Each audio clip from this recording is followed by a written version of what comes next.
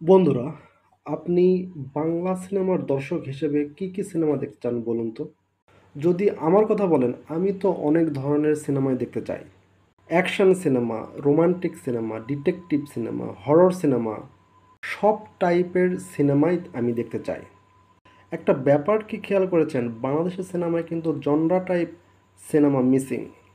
শুধু সিনেমা হয় না। কেন আমাদের দেশে শুধু রোমান্টিক সিনেমা হয় না? কেন আমাদের দেশে শুধু হরর সিনেমা হয় না? আপনি লাস্ট বাংলাদেশের একটি পূর্ণাঙ্গ ডিটেকটিভ সিনেমা কবে দেখেছেন বলুন তো? আমি সেই ছোটবেলায় বিটিভিতে দেখেছিলাম এমিলের গোয়েন্দা বাহিনী, দীপু নাম্বার টু, মাসুদ রানা, এই হাতে গোনা কয়েকটা। এছাড়া কিন্তু বাংলাদেশের উল্লেখযোগ্য কোনো ডিটেকটিভ সিনেমা নেই। আমরা যদি কলকাতার সিনেমা ইন্ডাস্ট্রির দিকে তাকাই, সেখানেও ফেলুদা সিরিজ আছে, ব্যোমকেশ বক্সী সিরিজ আছে, কিন্তু আমাদের এখানে সেটা নেই। আমাদের পরিচালক